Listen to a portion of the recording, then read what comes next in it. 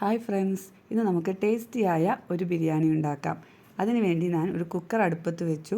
അതിലേക്ക് 2 ടീസ്പൂൺ നെയ്യ് ചേർക്കുക.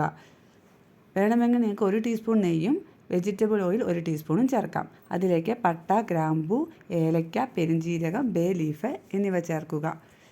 അതിനുശേഷം ഒരു ഒനിയൻ ചെറുതായി അരിഞ്ഞതും കൂടി ചേർത്ത് നന്നായി വഴറ്റുക. പെട്ടെന്ന് വഴന്നു വരാൻ ഉപ്പ് ചേർക്കുന്നത് നല്ലതാണ്. വഴന്നതിന് ശേഷം അതിലേക്ക് നന്നായി വഴറ്റാൻ മറക്കരുത്. കാരണം ഒരു ലൈറ്റ് ബ്രൗൺ കളറാകുന്നതിൽ വഴറ്റിയാൽ മാത്രമേ ബിരിയാണി ടേസ്റ്റ് ഉണ്ടാവുകയുള്ളൂ. നിങ്ങൾക്ക് പട്ട, ഗ്രാമ്പൂ, ഏലക്ക, പെരുംജീരകം എന്നിവ കൂടുതൽ എടുക്കരുത്. അളവിൽ കൂടിക്കഴിഞ്ഞാൽ ഒരു കുത്തൽ വരും നമ്മുടെ ബിരിയാണിക്ക്.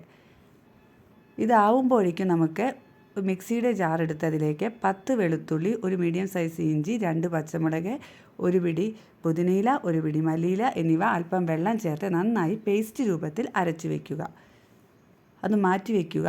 കുക്കറിൽ ചേർത്ത സവാള വഴഞ്ഞതിന് ശേഷം അതിലേക്ക് അരിഞ്ഞു വെച്ച ക്യാരറ്റ്, അരിഞ്ഞു വെച്ച ബീൻസ് എന്നിവയും കൂടി ചേർത്ത് നന്നായി വഴറ്റിയെടുക്കുക.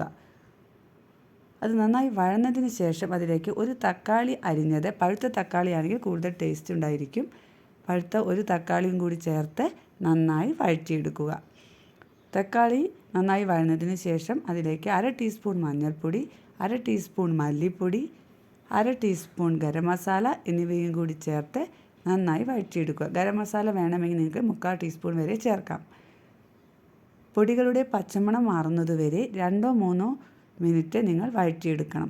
അതിനുശേഷം നമ്മൾ അരച്ചു വെച്ച പുതിന മല്ലി മിക്സ് നമ്മൾ ചേർത്ത് നന്നായി വഴറ്റിയെടുക്കുക. പച്ചമണം മാറുന്നതുവരെ 2-3 മിനിറ്റ് വഴറ്റിയെടുക്കണം. അതിനുശേഷം നമ്മൾ വെള്ളത്തിൽ കുതിർത്ത് വെച്ച മില്ലറ്റ്, ഞാനിവിടെ കോഡോ മില്ലറ്റാണ് എടുത്തിരിക്കുന്നത്.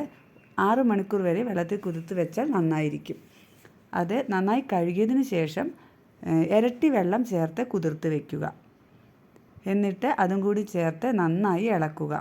ആവശ്യത്തിന് ഉപ്പും കൂടി ചേർത്ത് കുറച്ച് ചെറുനാരങ്ങ പിഴിഞ്ഞതും കൂടി ചേർത്ത്, ആവശ്യത്തിന് ചെറുനാരങ്ങയെ ചേർക്കാൻ പാടുള്ളൂ. പുളി കൂടിക്കഴിഞ്ഞാൽ ടേസ്റ്റ് ഉണ്ടാവുകയില്ല.